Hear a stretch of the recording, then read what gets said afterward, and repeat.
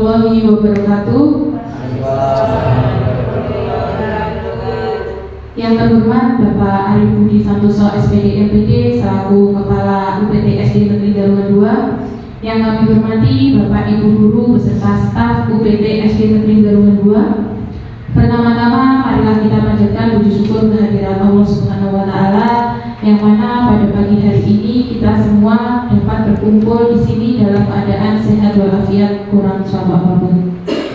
Yang kedua, salawat serta salam kami curahkan kepada Nabi Muhammad SAW yang mana yang nanti akan kita nantikan syafaatnya di akhir zaman nanti. Bapak Ibu semua, sebelum kita melaksanakan kegiatan pada pagi hari ini, marilah kita berdoa terlebih dahulu agar kegiatan pada pagi hari ini berjalan dengan lancar dan memberikan manfaat untuk kita semua. Berdoa kami persilakan.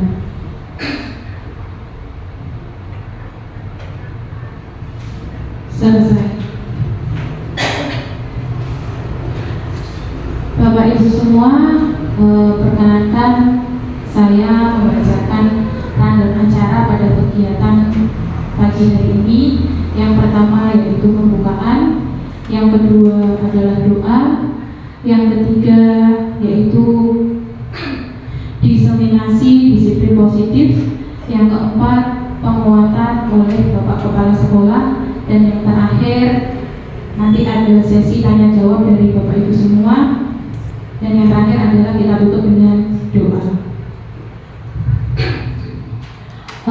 Baik Bapak Ibu guru semua, di sini saya akan memaparkan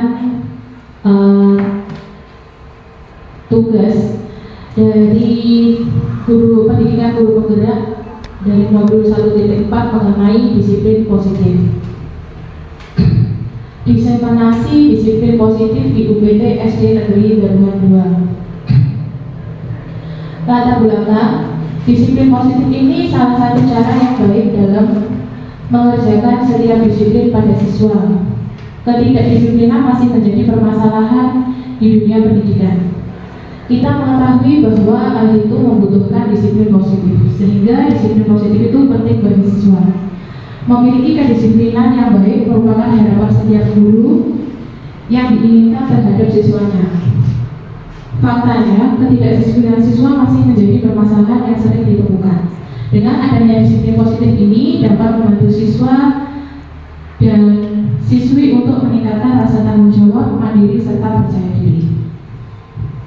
Selanjutnya, tujuan dari diseminasi pada pagi hari ini adalah: 1. CGP dapat menjelaskan makna kontrol dari paparan teori kontrol Dr. William Glaser. Yang kedua, CGP dapat menjelaskan makna teori kontrol dan paparan teori kontrol.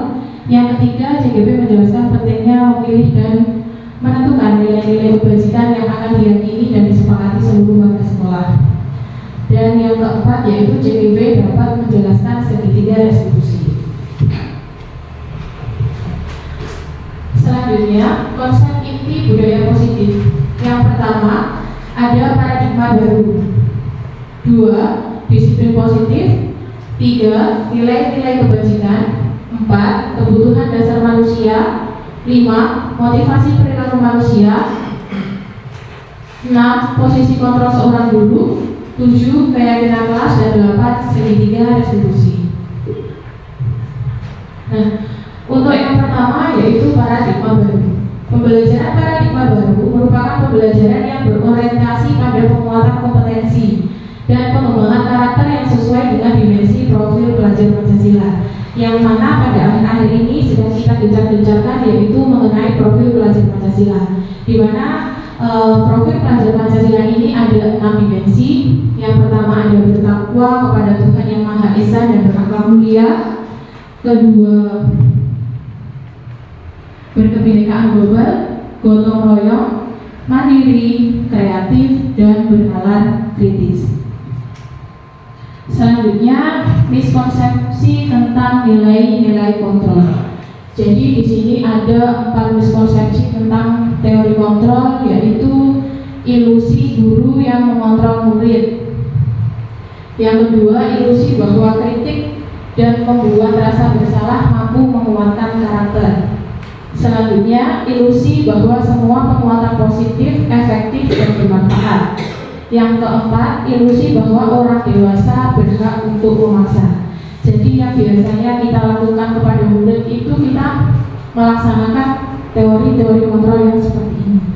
Padahal kenyataannya ini kurang tepat. Dan selanjutnya, mengubah paradigma stimulus responsif pendekatan teori kontrol. Stimulus respon yaitu realitas atau kebutuhan kita sama. Padahal yang ada pada teori kontrol yaitu realitas atau kebutuhan kita berbeda. Yang kedua, semua orang melihat hal yang sama. Teori kontrolnya setiap orang memiliki gambaran yang berbeda. Selanjutnya, kita mencoba mengubah orang agar berpandangan sama dengan kita. Menurut teori kontrolnya, kita berusaha memahami pandangan orang lain tentang dunia. Stimulus respon selanjutnya, perilaku buruk dilihat sebagai suatu kesalahan. Teori kontrolnya, semua perilaku memiliki tujuan. Orang lain bisa mengontrol saya. Teori kontrolnya, hanya Anda yang bisa mengontrol diri Anda sendiri. Stimulus responnya selanjutnya, saya bisa mengontrol orang lain. Teori kontrolnya, Anda tidak bisa mengontrol orang lain. Selanjutnya, pemaksaan ada pada saat bujukan gagal. Teori kontrolnya, kolaborasi dan konsensus menciptakan pilihan-pilihan baru. Dan yang terakhir, model berpikir menang atau kalah. Pada teori kontrolnya yaitu model berpikir menang-menang. Yang dimaksudkan di sini Bapak Ibu, di mana mengubah paradigma stimulus respon ke pendekatan teori kontrol. Jadi seringkali kita itu memaksa pemikiran anak, padahal anak-anak sendiri itu memiliki pemikiran atau gambaran yang berbeda tentang apa yang kita inginkan. Selanjutnya, disiplin positif. Dalam budaya kita, makna kata disiplin dimaknai menjadi sesuatu yang dilakukan seseorang pada orang lain untuk mendapatkan kepatuhan. Kita cenderung menghubungkan kata disiplin dengan ketidaknyamanan. Disiplin positif merupakan pendekatan disiplin diri yang memampukan seseorang untuk mengontrol perilakunya dalam kesadaran dan bertanggung jawab atas tindakannya sebagai wujud menghormati diri sendiri dan orang lain. Sebagai seorang pendidik, tujuan kita adalah menuntut murid untuk memiliki disiplin diri, sehingga mereka bisa berperilaku yang mengacu pada nilai-nilai kebajikan universal dan memiliki motivasi intrinsik. Nah, di sini ada nilai-nilai kebajikan universal. Nilai kebajikan itu adalah nilai-nilai yang disepakati bersama, lepas dari suku, bangsa, agama, bahasa maupun latar belakangnya. Nilai-nilai ini merupakan paling besar dari sikap dan perilaku kita, atau nilai-nilai ini merupakan fondasi kita untuk berperilaku. Contohnya, misalkan kalau di sekolah itu ada profil pelajar Pancasila yang mengacu ada 6 dimensi, yaitu beriman dan bertakwa kepada Tuhan Yang Maha Esa, berakhlak mulia, berkebinekaan global, gotong royong, mandiri, dan kreatif. Selanjutnya ada Ibu Primary Youth Program atau PYP, itu di mana ada nilai-nilai kebajikannya seperti toleransi, rasa hormat, integritas, mandiri, menghargai, empati, percaya diri, dan kerjasama. Dan selanjutnya juga pada perilaku keterampilan hidup, di mana seseorang itu dapat dipercaya, lurus hati, pendengar yang aktif, tidak merendahkan orang lain, dan memberikan yang terbaik dari dirinya. Selanjutnya, ternyata manusia atau anak-anak itu juga memiliki kebutuhan dasar, atau yang di sini kita sebut dengan kebutuhan dasar manusia. Kebutuhan dasar manusia itu adalah segala sesuatu yang kita butuhkan atau kita inginkan. Nah, untuk mencapai kebutuhan dasar itu kita memerlukan atau merupakan tindakan yang akan kita lakukan itu pasti memiliki tujuan tertentu, dan semua usaha yang kita lakukan adalah untuk memenuhi kebutuhan kita dengan baik. Nah, di sini ada 5 kebutuhan dasar manusia. Yang pertama yaitu kebutuhan dasar untuk bertahan hidup. Ada kebutuhan kasih sayang, ada kebutuhan kebebasan, kebutuhan kesenangan, dan kebutuhan penguasaan. Nah, tentunya itu semua juga tidak terlepas dari motivasi perilaku manusia itu sendiri. Nah, menurut Diana Gosen dalam bukunya Restructuring School Discipline mengatakan ada 3 motivasi perilaku manusia. Yang pertama, untuk menghindari ketidaknyamanan atau hukuman. Ini adalah tingkat terendah dari motivasi perilaku manusia. Yang kedua, untuk mendapatkan imbalan atau penghargaan dari orang lain. Yang ketiga, untuk menjadi orang yang mereka inginkan dan menghargai diri sendiri dengan nilai-nilai yang mereka percayai. Nah, selanjutnya motivasi perilaku manusia itu sendiri juga ada dibagi menjadi beberapa. Yang satu ada hukuman, 2 konsekuensi, 3 restitusi. Jadi hukuman itu lebih bersifat pada hukuman tidak berhubungan dengan kesalahan yang diperbuat, bersifat satu arah, berupa hukuman fisik atau psikis, dan juga bersifat memaksa. Sedangkan konsekuensi itu adalah hukuman yang berhubungan dengan kesalahan yang diperbuat, terencana atau disepakati, dan di sini guru berperan sebagai monitor. Dan yang selanjutnya adalah restitusi. Restitusi itu sendiri adalah sebuah proses dialog dengan murid yang mengajarkan murid untuk menyelesaikan masalah yang dialaminya. Nah, ternyata di sini Bapak Ibu semua, dalam prosesnya itu ada 5 posisi kontrol guru yang biasa ini dilakukan oleh Bapak Ibu guru di sekolah. Nah, yang pertama itu ada posisi kontrol sebagai penghukum, yang kedua ada sebagai teman, ketiga ada sebagai pembuat merasa bersalah, keempat ada posisi kontrol sebagai pemantau, dan yang terakhir adalah posisi kontrol sebagai manajer. Nah, selanjutnya bagaimanakah contoh penerapan 5 posisi kontrol guru ini? Ini saya berikan contoh pada kasus murid yang datang terlambat. Nah, bagaimanakah penerapan ke-5 posisi kontrol tersebut? Jadi pada posisi menghukum, di sini guru bertindak sebagai menghukum itu biasanya dengan mengeluarkan kata-kata anak tidak diperbolehkan masuk ke dalam kelas karena terlambat. Biasanya atau yang sebelumnya kita lakukan itu adalah melarang anak-anak untuk masuk ke dalam kelas. Nah, pada posisi ini jadi guru berperan sebagai penghukum. Selanjutnya masih dengan kasus yang sama, guru menempati posisi kontrol sebagai teman.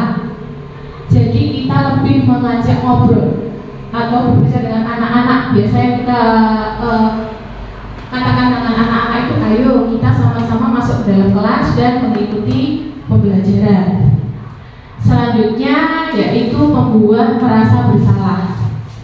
Nah, mungkin juga dari Bapak Ibu guru masih ada, nanti setelah ini diharapkan tidak lagi. Membuat merasa bersalah. Jadi biasa yang kita ucapkan itu, sudah berapa kali kamu terlambat? Apa kamu senang melihat ibu ditegur oleh kepala sekolah karena kamu sering terlambat? Jadi dengan apa yang dikeluarkan atau yang diucapkan guru di sini itu akan membuat anak itu merasa bersalah. Karena perilaku yang dilakukan tadi, guru di sini menerapkan posisi kontrol sebagai membuat merasa bersalah. Selanjutnya yaitu guru sebagai pemantau. Kamu sudah melakukan kesalahan dan sudah tahu konsekuensinya, sekarang silakan masuk ke dalam kelas. Pada posisi ini mungkin Bapak Ibu guru sudah melaksanakan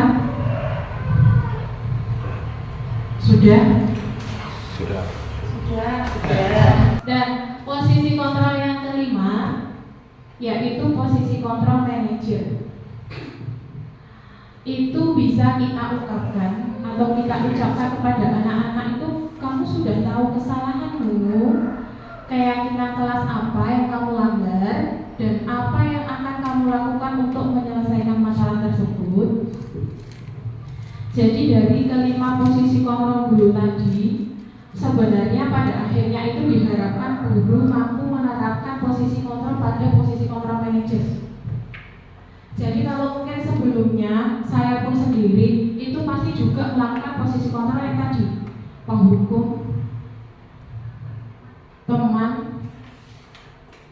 pemantau atau membuat merasa bersalah. Kita belum sampai ke posisi kontrol manager. Nah, padahal yang diharapkan itu adalah sebagai seorang guru kita menerapkan posisi kontrol yang manager. Apa tujuannya? Itu tadi, kalau kita berada pada posisi kontrol penghukum, ketika ada anak yang datang terlambat, padahal kita tidak tahu seperti apa, alasan apa kok anak itu bisa terlambat ke sekolah.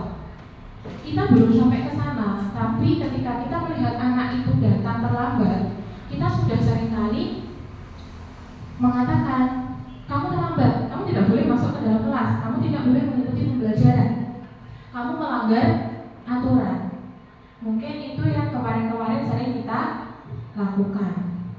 Posisi sebagai teman pun juga mungkin juga ada yang sudah melakukan, tapi juga ada yang mungkin sebagian belum. Kalau membuat merasa bersalah pun juga saya rasa saya sendiri pun juga pernah melakukan seperti itu ya. Jadi kalau bahasa Jawanya itu ke anak-anak ngeluh-ngeluh gitu. Jadi ngeluh-ngeluh, kamu tuh loh sudah berapa kali datang terlambat, gak kasihan sama ibu guru. Nanti kalau ibu guru yang ditegur kepala sekolah bagaimana? Nah, itu dari situ. Kalau memang anaknya itu mentalnya bagus, dia kan gak merasa dilulu seperti itu. Tapi kalau anak yang merasa dia peka, pasti kita mengucapkan kata-kata seperti itu pasti sudah down. Oh, aku itu loh, ya ternyata kasihan bu guruku loh kalau aku terlambat nanti dimarahi sama kepala sekolah. Seperti itu. Dan pada posisi pemantau yaitu kita memantau, jadi kita lebih menegaskan anak-anak, kamu sudah melakukan kesalahan, sudah tahu konsekuensinya. Nah, mungkin pada posisi ini pun anak-anak itu juga masih merasa tertekan karena dengan pertanyaan-pertanyaan kita yang terus seperti itu. Nah, jadi diharapkan Bapak Ibu semua itu nanti pada akhirnya pada posisi kontrol yang manajer. Bagaimanakah penerapannya? Monggo.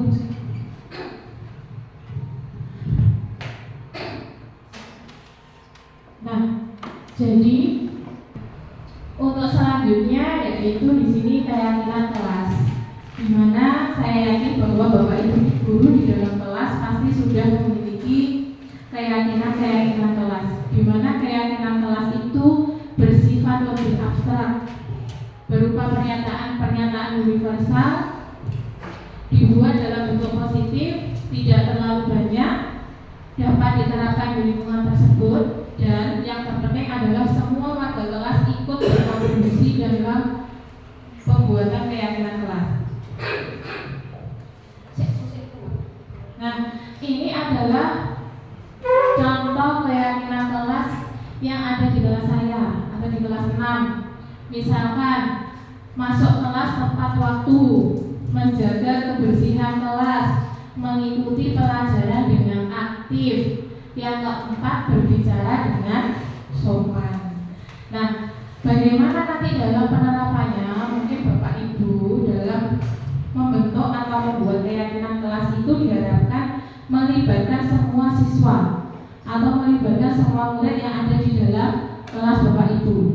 Jadi nanti Bapak Ibu bisa menggali, bisa membuat keyakinan kelas dengan menanyakan menggunakan kalimat-kalimat pematih. Misalkan, ayo anak-anak, pada hari ini kita akan membuat keyakinan kelas. Jadi keyakinan kelas itu apa? Jadi keyakinan kelas itu adalah sebuah keyakinan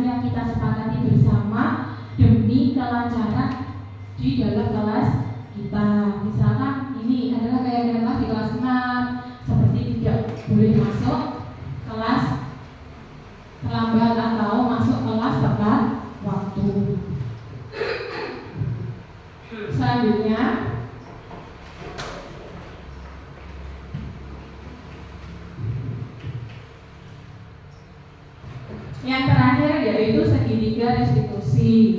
Nah, jadi bagaimanakah penerapan segitiga restitusi? Ada tiga langkah yang akan kita laksanakan dalam penerapan segitiga restitusi. Yang pertama, menstabilkan identitas. Dua, validasi tindakan. Dan yang ketiga adalah menanyakan keyakinan kelas. Nah, bagaimanakah proses validasi?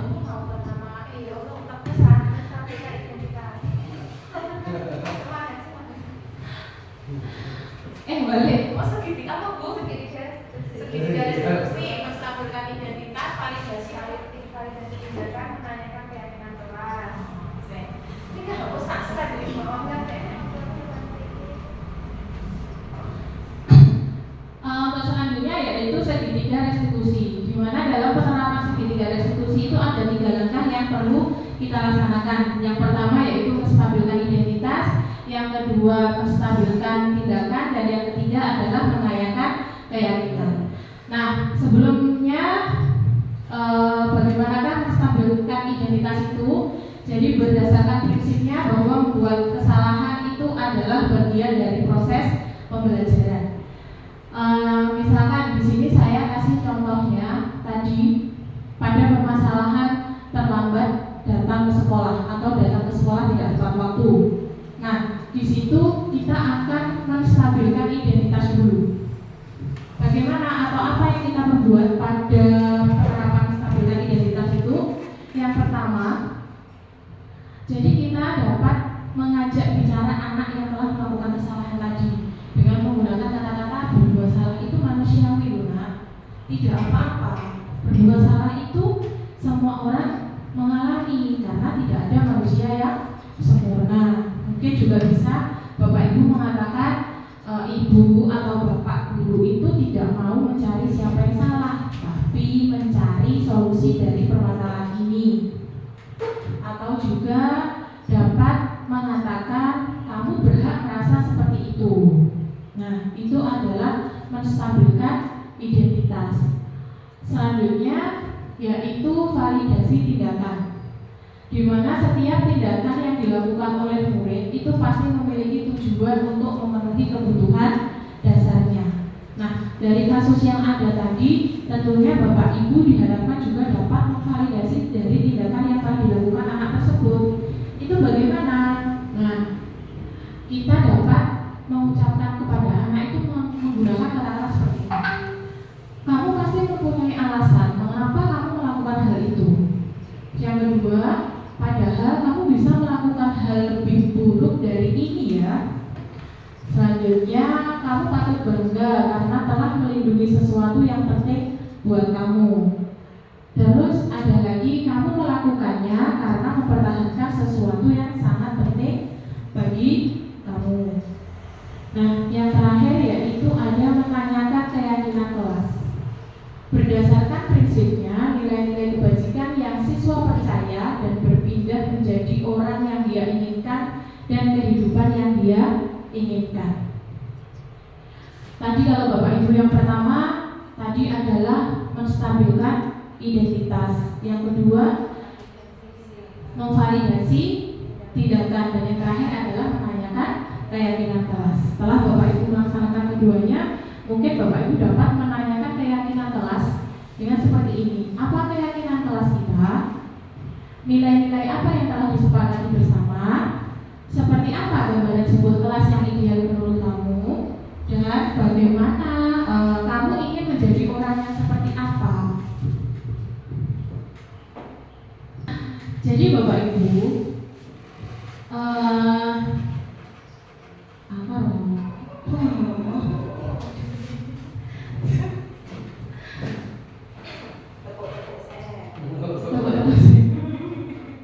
nah, mungkin Bapak Ibu setelah mendapatkan penjelasan dari saya mengenai segitiga restitusi itu seperti apa.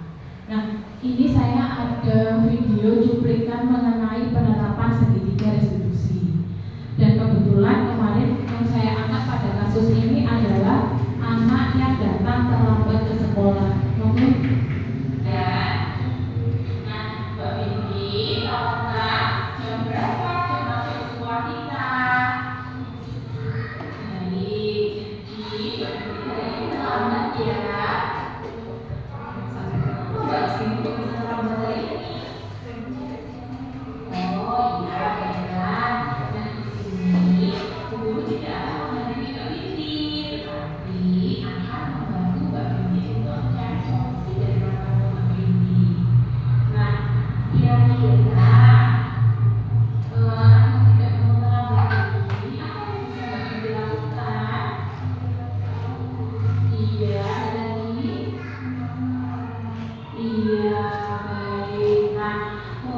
besok, adakah Mbak Bibi dan Bapak waktu ke sekolah?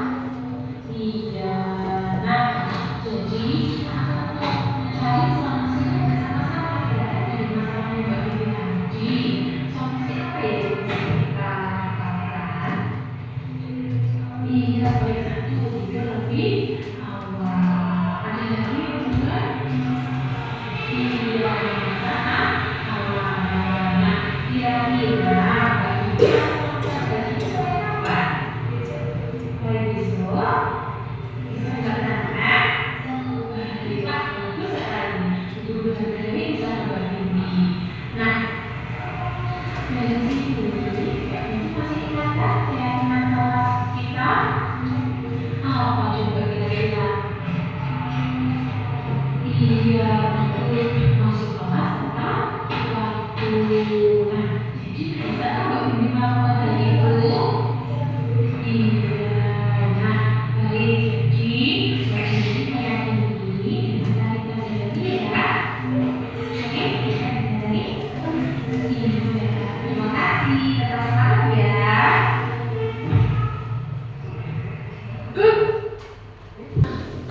Bapak Ibu, ini adalah salah satu contoh penerapan segitiga resolusi usaha.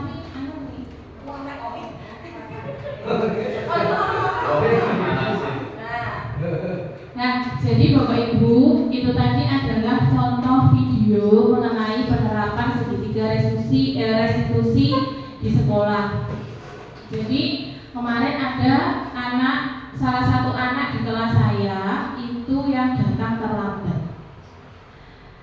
Mungkin kalau kemarin saya belum mengetahui bagaimana segitiga restitusi, apakah segitiga restitusi itu, mungkin kemarin yang saya lakukan juga yang pertama tadi, pasti saya pada posisi kontrol menghukum. Ada anak terlambat, pasti saya marahi. Kamu kenapa terlambat?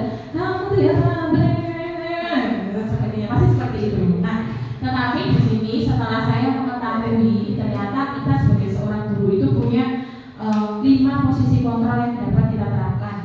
Ada penghukum, ada teman, pemantau, ada manajer. Nah, diharapkan nanti pada akhirnya kita dapat menuju ke posisi kontrol yang manajer. Dan selanjutnya, misalkan ada permasalahan di suatu kelas atau di dalam sekolahan kita dapat menerapkan segitiga restitusi. Kenapa kok menerapkan segitiga restitusi? Karena dengan penerapan segitiga restitusi ini di sekolah, diharapkan anak-anak itu akan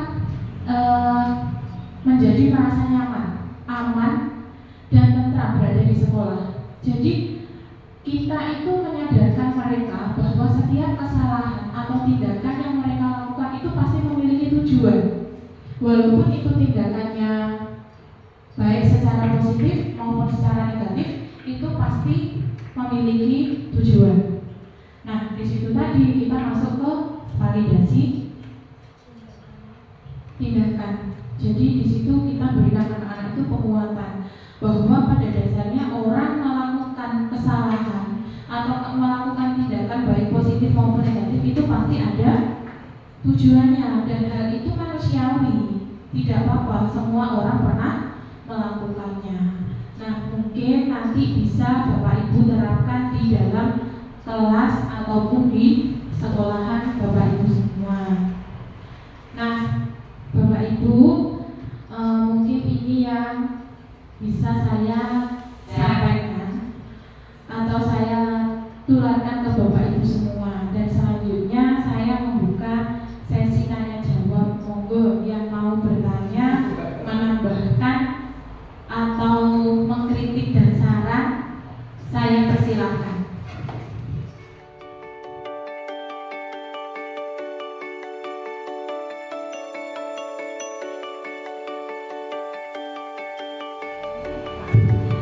Silakan untuk teman-teman yang mau bertanya, memberikan pendapat, kritik dan saran, saya persilakan.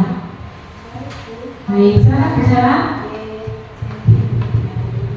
Jadi saya akan bertanya dari target yang guru lakukan. Di situ ada 5 posisi kontrol guru. Lalu menurut pendapat panjenengan, menurut Anda itu yang paling ideal bagaimana agar kita bisa mencapai posisi kontrol yang diinginkan? kasih.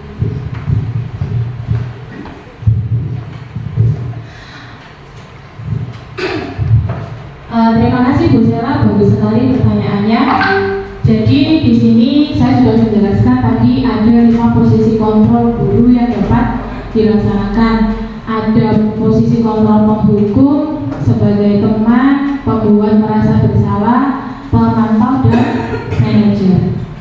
Jadi kalau menurut saya mungkin yang sudah Bapak Ibu guru lakukan sebelumnya itu Bapak Ibu guru mungkin berada pada posisi kontrol penghukum, teman, dan pembuat merasa bersalah.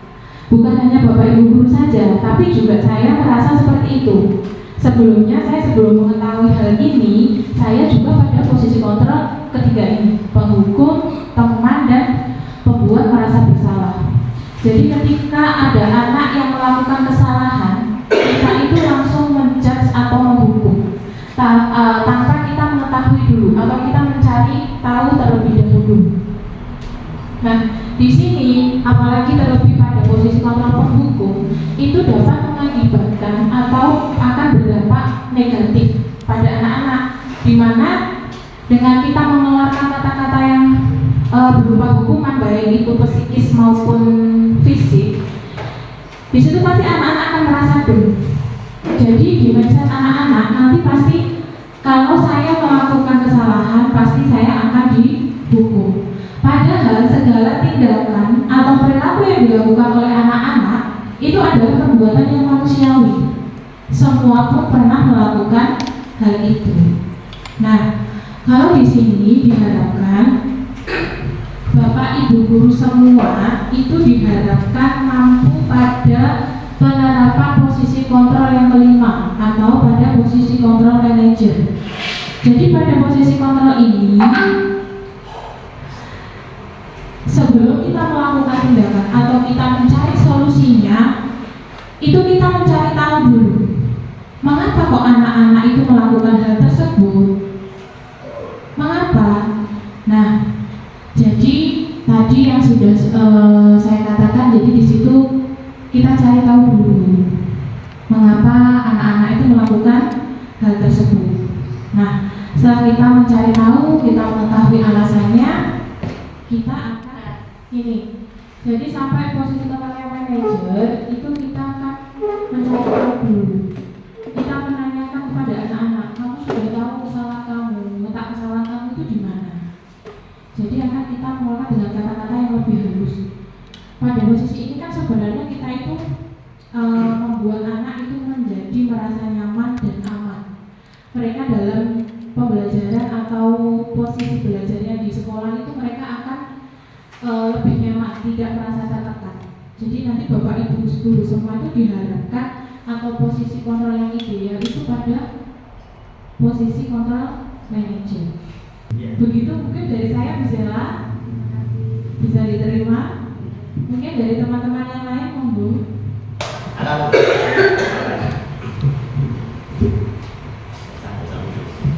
Saya ingin bertanya tentang apa yang disampaikan Bu sampaikan bahwa yang ideal itu berarti posisi kontrol level 5 manajer. Coba di slide ke Oke.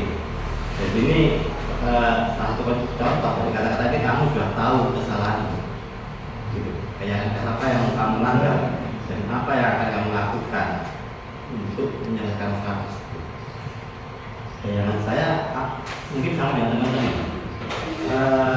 Tadi juga ada apa ini ketiga institusi. Bayangan saya pertanyaan ini kita lakukan waktu anak itu di depan pintu atau kita lakukan sebuah institusi.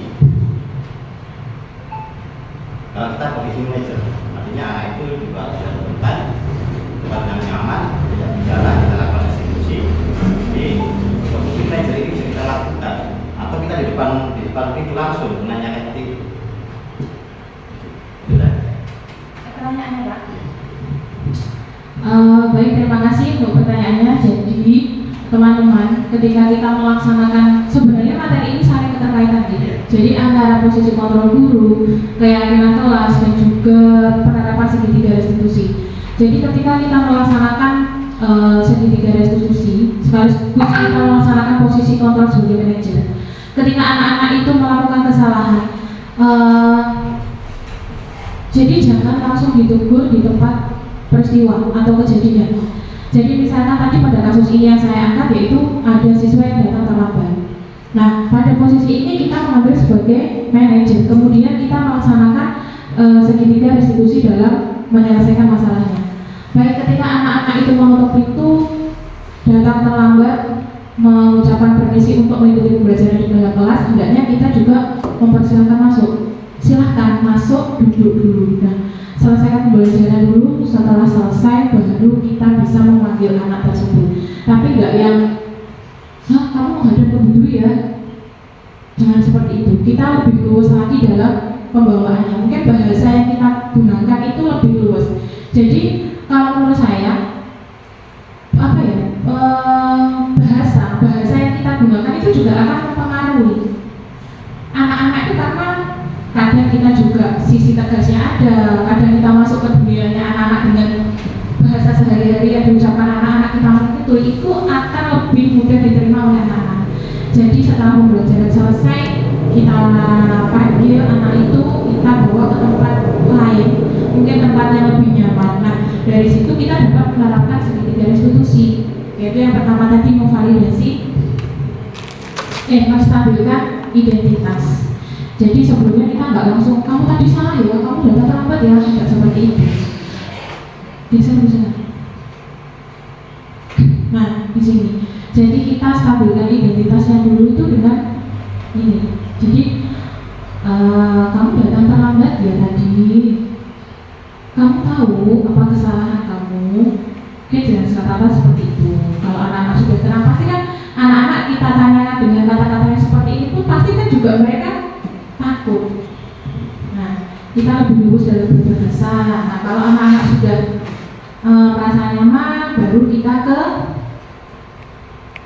validasi tindakan. Jadi tindakan yang telah dilakukan tadi itu merupakan tindakan yang salah atau benar. Kalau hal itu yang salah, nah benarnya seperti apa? Baru di situ nanti kita juga memberikan keyakinan pada anak-anak bahwa kita itu bertanya seperti itu bukan untuk menghakimi atau mencari kesalahan, tapi di situ kita membantu anak-anak untuk mencari solusi untuk menyelesaikan permasalahan yang telah dihadapi tadi. Baru kita ke menanyakan keyakinan karena di sini erat kaitannya antara disiplin positif tadi, 5 posisi kontrol dulu, segitiga restitusi, dan juga pada keyakinan kelas. Karena anak-anak yang telah melanggar atau melakukan tindakan kesalahan itu kita kembalikan lagi, kita tanyakan bahwa keyakinan kelas apa yang telah mereka yakini dan sepakati. Nah, tujuannya apa sebenarnya? Kalau keyakinan kelas di sini itu lebih luas ya, kata-katanya juga lebih mudah diterima oleh anak-anak. Jadi kita kembali, kita tanyakan keyakinan kelas apa yang sudah disepakati, dan diharapkan anak-anak itu secara sadar dan tanpa adanya paksaan melaksanakan keyakinan kelas yang sudah disepakati. Mungkin seperti itu, Mas. Artinya kan aktiviti restitusi digunakan untuk mencapai posisi kontrol manajer. Baik, terima kasih. Mungkin dari teman-teman yang lain, monggo.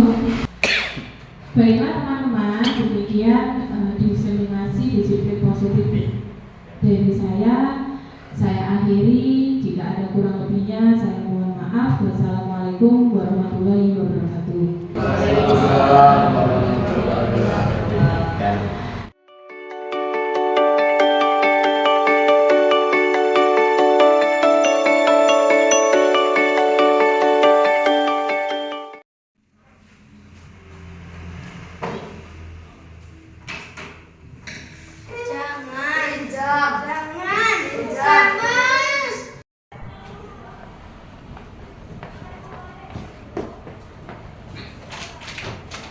Nah, Semes, Zafran, apa yang telah kalian lakukan tadi? Bertengkar, Bu. Bertengkar karena apa? Saya meminjam pensil tanpa izin, Bu. Pensilnya siapa? Pensilnya Zafran, Bu. Benarkah begitu, Zafran? Benar, Bu. Nah, anak-anak, bolehkah hal itu dilakukan? Tidak boleh, Bu. Iya, hal itu benar atau salah? Salah, Bu. Iya, meminjam pensil tadi tanpa izin itu adalah hal yang salah. Nah, di sini Bu Guru tidak akan menghakimi kalian, tetapi akan membantu kalian untuk mencari solusi dari masalah kalian. Nah, kira-kira apa yang bisa kalian lakukan, terutama yang bisa Semes lakukan agar tidak membuat temannya marah lagi? Saya mau apa? mau izin. Mau izin dulu? Mau izin dulu ambil pensilnya Zafran dulu. Iya, jadi Semes akan izin terlebih dahulu. Kira-kira kalau Semes itu minta izin, Zafran meminjami atau tidak? Minjami, Bu. Iya, bagus. Nah, anak-anak, kalian masih ingat nggak dengan keyakinan kelas kita? Masih, Bu. Masih, Bu. Nah, kira-kira apa saja keyakinan kelas kita itu? Waktu pelajaran nggak boleh ngomong sendiri. Iya, ada lagi? Harus disiplin. Iya, terus? Mau meminjam barang harus izin dulu. Iya, jadi itu keyakinan kelas yang telah kita sepakati. Nah, kira-kira kalian sanggup untuk menjalaninya? Sanggup, Bu. Nah, kira-kira mulai kapan?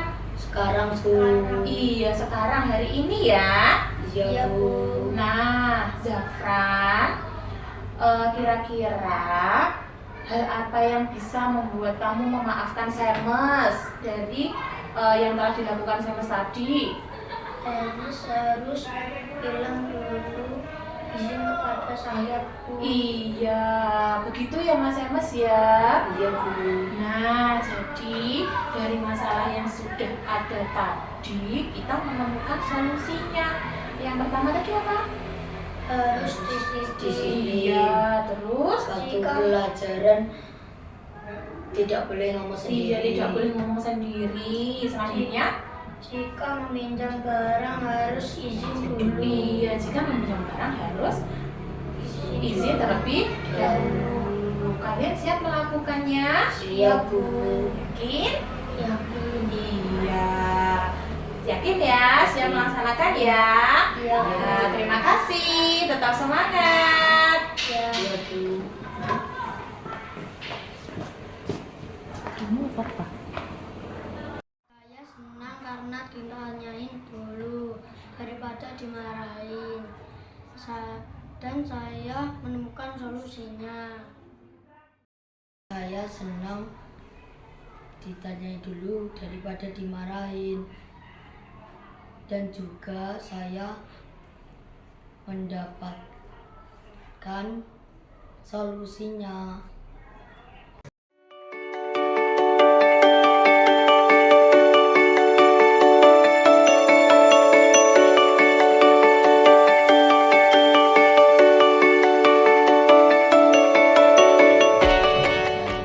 Dan selanjutnya akan dilanjutkan penguatan dari Bapak Kepala Sekolah, Bapak Arif Budi Santoso, SPD MPD. Waktu dan tempat kami persilakan.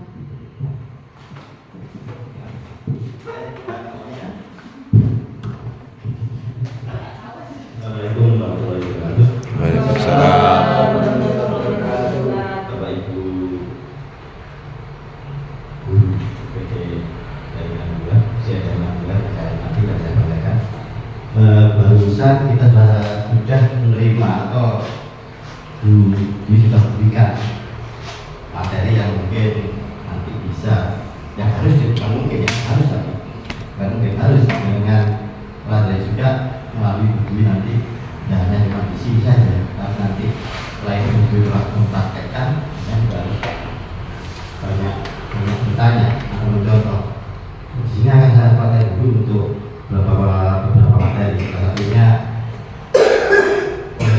kontrol, 5 posisi kontrol. Terus apa udah dasar dari siswa itu harus benar dengan tahu dulu apa kebutuhan siswa seperti apa, coba nanti klarifikasi bisa kalau ngobrol mungkin lebih enak dibicarakan. Terus 5 posisi kontrol saya rasa dia sudah tahu, aku tahu melakukan ini, dia tahu melakukan IPA itu ini sih. Itu juga harus dengan berubah dari sekarang setelah dengan mendapatkan destinasi dari Dwi, dengan harus bisa memilah sekarang. Aku melakukan ini dengan muridku ternyata nggak benar, benar tapi tidak benar. Kalau orang jahat begitu ya, benar tapi tidak benar. Artinya sudah benar tapi kurang tepat. Jadi kita ambil tepat posisi kelima sebagai meja. Yang ketiga tentang restitusi. Restitusi itu juga berkaitan dengan posisi kontrol yang kelima sebagai manajer. Sebetulnya mudah dilakukan kalau kita sudah tahu teorinya. Teori taktik itu harus dilakukan setiap hari. Dengan evaluasi, jangan dievaluasi dengan temannya. Nanti jadi mulai masalah begini kan kira-kira begini. Dan tadi saya lihat di contoh, aku restitusi. Ada kata-kata kira-kira. Ada terus kata kira-kira. Kira-kira mana yang kamu ada? Coba kita. Kata-kata kira-kira keyakinan mana yang kamu langgar? Karena keyakinan kelas itu berasal dari awal dengan membuat keyakinan yang harus dilakukan oleh siswa. Video ketika diskusi. Nah, Mbak Binti, kalau enggak jam berapa jam masuk di sekolah kita? Baik, jadi Mbak Binti hari ini terlambat ya. Mbak Binti kok bisa terlambat hari ini? Oh iya, baiklah. Nah di sini Ibu tidak akan membantu Mbak Binti, tetapi akan membantu Mbak Binti untuk mencari solusi dari masalah Mbak Binti. Nah, kira-kira kalau tidak mau terlambat lagi, apa yang bisa Mbak Binti lakukan? Kira-kira kalau kata kira-kira itu muncul, suatu ketika anak itu terlambat lagi. Kira-kira kamu melanggar ya kemarin itu saya kira-kira. Kan saya kira-kira, ibu beri saya untuk mengira-kira gitu. Kira-kira sama dengan kata-kata kita menjawab mungkin. Jadi sebaiknya kata kira-kira ini maksudnya itu digantikan dengan menurut. Kalau sudah menurut, artinya kita jangan memasrahkan semua keputusan jadi apa kita paksa. Tapi kalau kira-kira kita menyuruh anak itu mengira-kira, kita menyuruh. Tapi kalau menurut itu kita nggak menyuruh, tapi biasanya kita tanya menurut kamu keyakinan mana? Menurut kamu bagaimana? Kalau satu yang kedua ada teknik-teknik yang harus ketahui ya, dulu kalau ketika diskusi ada teknik pertanyaan terbuka dan tertutup. Nanti bisa tanya ke Menteri bagaimana tanya tertutup itu. Nah tertutup ini yang jawabannya ya tidak salah, tapi di situ nanti bisa dijalankan dengan ini. Harapan saya nanti mulai hari ini ke depannya Ibu bisa mengambil contoh atau nanti Ibu bisa mengevaluasi temannya, bertanya apapun yang terjadi di kelas. Mungkin Ibu bisa memantau, otaknya bukan memantau untuk bodi salah, tapi tadi ada seperti ini sampai sebuah jajan tidak institusinya, jajan tidak itu boleh apa-apa, terus ada terus latih. Kebetulan saya juga IP, jadi mau tidak mau saya juga akan memantau, saya kaji. Karena buat saya murid itu cerminan dari gurunya, ya itu yang perlu diperhatikan. Jadi ilmu-ilmu ini tidak ada gunanya kalau tidak ada praktekkan. bisa belajar ke Dwi. Saya ucapkan terima kasih, mungkin bisa memperkuat lagi biar teman-teman bisa lebih bisa mengikuti apa yang dengan lakukan, tidak merasa apa yang dengan lakukan suatu hal yang memberatkan, ya. Terus semoga apa yang diberikan oleh Ibu hari ini bermanfaat, tidak hanya hari ini, tapi sampai dengan baik. Jadi itu tetap terus berjalan. Atau itu yang saya berikan. Untuk selebihnya dengan bisa bertanya dengan Ibu, apa yang kita pesankan hari ini bisa dibicarakan nanti di waktu yang lain di waktu segala. Bila topik saya, Assalamualaikum warahmatullahi wabarakatuh.